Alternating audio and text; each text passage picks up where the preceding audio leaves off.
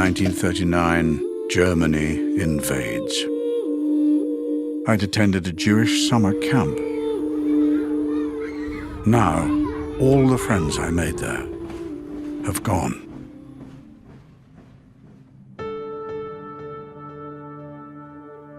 I remember our doorbell rings. Two gentlemen in leather jackets fill the doorway. São tantas coisas que ficaram borbulhando que eu não sabia nem por onde começar. Mas eu queria saber primeiro o sentimento do seu pai ao ver o filme pronto.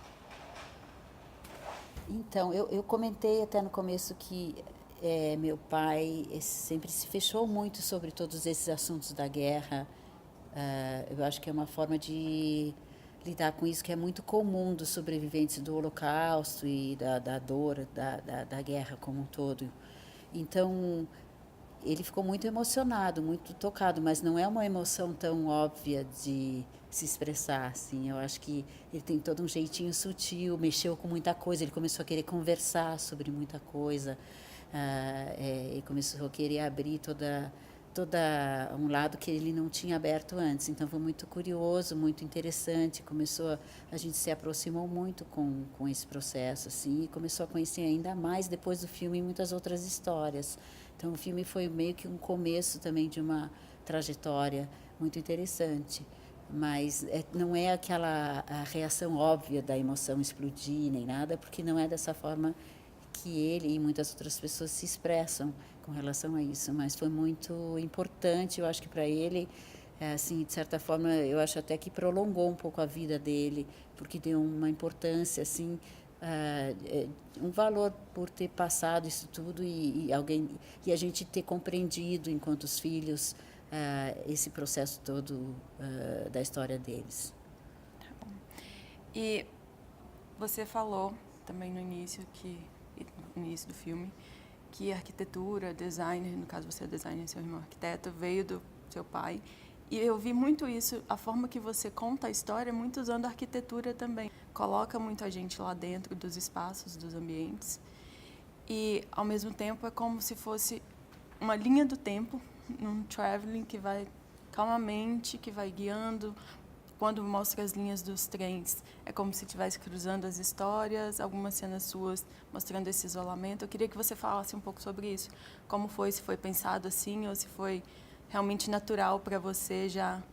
Não, foi muito pensado assim, ele tem uma estética forte, não porque eu queria que fosse bonito o filme, mas porque eu queria que tivesse um silêncio para que as pessoas, de imagem, para que as pessoas pudessem se dar o tempo. A gente vive numa correria do mundo digital, da televisão, da loucura, e eu queria que esse filme fosse o contrário, que não tivesse nenhum efeito especial. Você vê que não tem câmera lenta, não tem um truque para você se emocionar com essas coisas, que as pessoas se emocionem realmente com a história e não com isso. A escolha é verdade, meu pai e minha mãe foram grandes influências para a gente, né, minha mãe também é artista, nesse caso a gente estava se focando na história do meu pai, mas e tudo que eles trouxeram, que ele trouxe da onde ele veio, e essa é a beleza, de certa forma, da gente receber as pessoas que vêm de outras partes do mundo com suas culturas. Então o filme é muito sobre isso, assim, da importância da gente não se fechar para o outro que vem com outras culturas, mas se abrir, porque tem uma coisa muito positiva.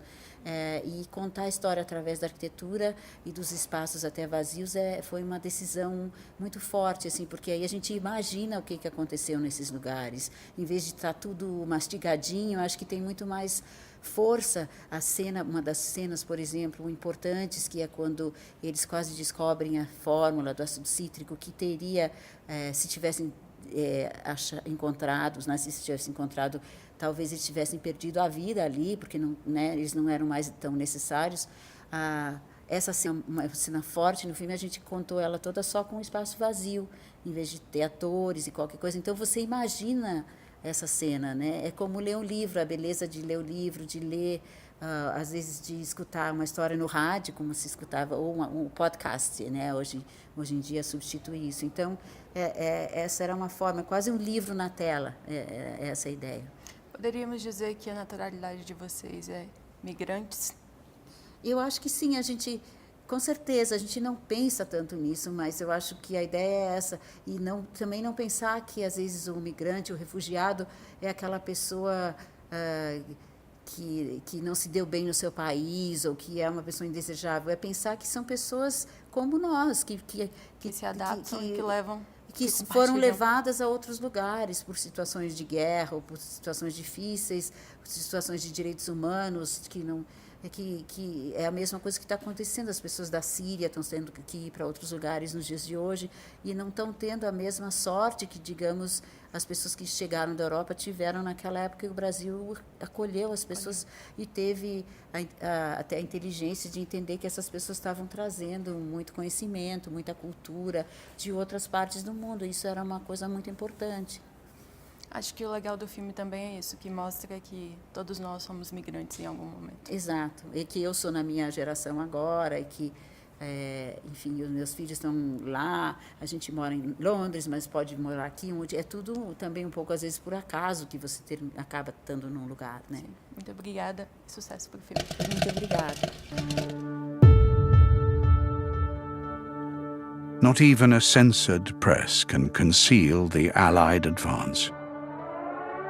I wait for hell to pass. E eu queria começar justamente falando sobre isso. Eu perguntei à Marina se vocês podem se considerar migrantes como uma nacionalidade. E eu queria saber o que você pensa sobre isso. Olha, a nossa família, como aparece no filme, ela é formada por gente de um monte de lados, né? Alemães, tchecos, austríacos, brasileiros. Então, a gente sempre cresceu com essa filosofia de conhecer o máximo de lugares e culturas e nunca se sentir completamente agarrado a uma cultura. Então, ela, principalmente a Marina, que morou no Brasil e na Inglaterra várias vezes e agora mora lá, eu acho que ela é mais do que eu. Mas eu também trabalhei na América Central muito tempo, ajudei em vários projetos internacionais e sempre consegui estabelecer uma relação com o país onde eu estou. O país onde você está é o país da tua nacionalidade naquele momento. Apesar de adorar o Brasil, acho que é muito legal você poder se integrar completamente à cultura que está te recebendo. Sim, muito bom. E você foi produtor do filme, mas de alguma maneira você estava inserido também porque é a história da sua família, do seu pai, do seu avô. Como pode contribuir além da produção, no caso na linguagem do filme, que tem muita arquitetura e você é arquiteto, eu ainda perguntei sobre isso para ela também. E na história em si, como vocês tiveram essa dinâmica de trabalho? Então, eu sempre tive muita curiosidade, não só por arquitetura, mas pela cultura e pela história erudita desses últimos 2 séculos. Tanto que eu fiz mestrado em História depois de Arquitetura. E esse foi um filme de muita descoberta, a gente não sabia metade da história. Porque meu pai nunca fez questão de contar muito, eu acho que era uma coisa que ele guardava para ele. Eles vieram e quiseram virar uma página, então eles chegaram até a traduzir, né? Meu pai é Alfred, mudou o nome para Alfredo, minha avó era Charlotte, virou Carlota, então tinha uma coisa de virar brasileiro e não ficar falando muito do passado. Então a gente descobriu muita coisa que não sabia. Naquela viagem que a gente fez há 10 anos atrás, que tem as imagens do seu pai contando. Não profissionais, né? Num vídeo mais de menor qualidade. E a outra metade eu descobri porque eu fiz a pesquisa histórica, um pouco pela minha formação, pelo mestrado. Eu li muito, eu pesquisei muito, descobri muita coisa de como foi esse processo todo, né? Da independência da Tchecoslováquia, da Áustria em 1918, esse projeto de democracia muito liberal e bem contemporânea que aconteceu entre as duas guerras, a forma como os alemães foram estrangulando o país e ocupando ele aos poucos até invadir, a resistência tcheca e toda aquela operação chamada Antropoide que os tchecos pularam de paraquedas de volta no país e conseguiram assassinar o governador, aquele que era o Heydrich, que era terrível. Então, eu fiz muita pesquisa E isso me obrigou a conversar muito com meu pai, porque à medida que eu ia descobrindo os aspectos da história, eu ia testando com ele. E aí ele puxava, olha, eu tenho recorte do jornal do dia que mataram o cara. Ele tinha, aí, tem mais, eu descobri alguma coisa, olha, eu descobri que tem 2 prédios cubistas que aparecem filmados em Praga, que foram os únicos prédios cubistas feitos no mundo. Ele falou, não são 2, são 4, deixa eu te mostrar. E aí tem desenho dele, né, aqueles desenhos. Então, ao mesmo tempo que a gente fazia pesquisa, ele ia complementando e dando sentido à história. Então foi muita descoberta, assim, a gente descobriu muita coisa muito legal sobre a história dele, que ele não era do tipo de ficar se vangloriando.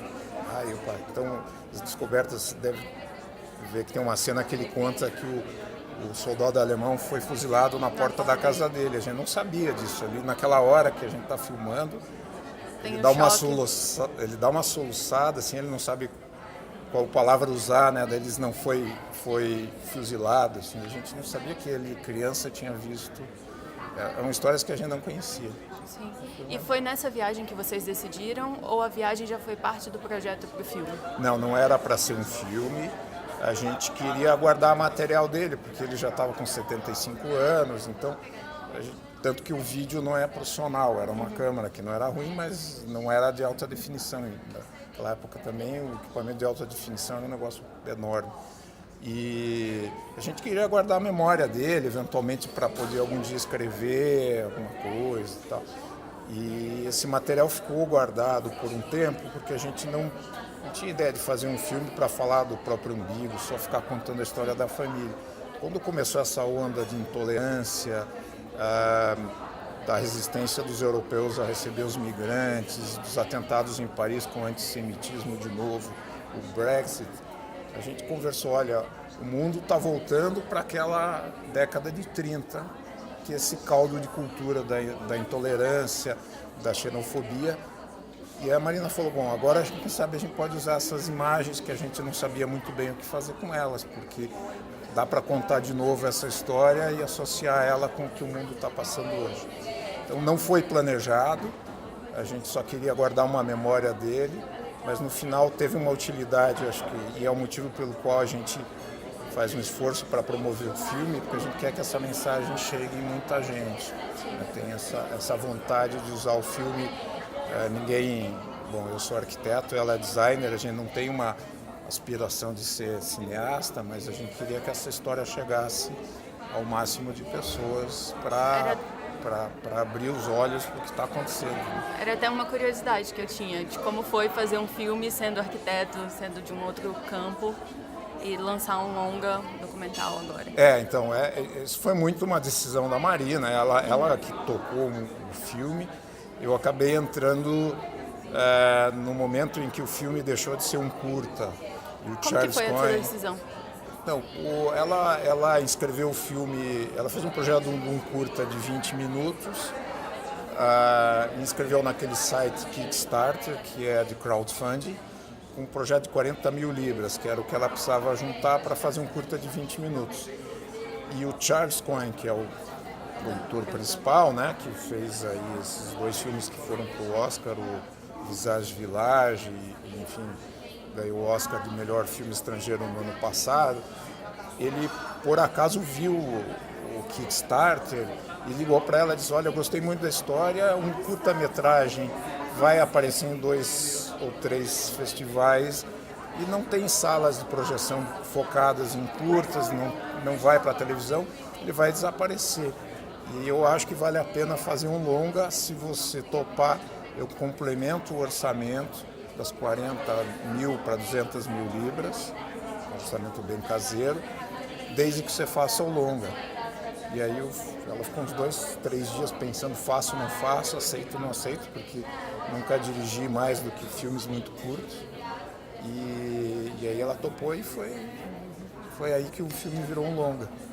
E qual foi a emoção de ver o filme na tela e ver as pessoas aquele dia na pré, hoje o pessoal aqui, você já pôde conversar com eles? É muito emocionante. Quando eu vi a primeira vez na tela grande, eu nunca tinha visto o filme editado. Então eu vi ele editado e na tela grande no mesmo dia, porque Foi editado lá na Inglaterra, não participei, tinha visto trechos assim desconectados.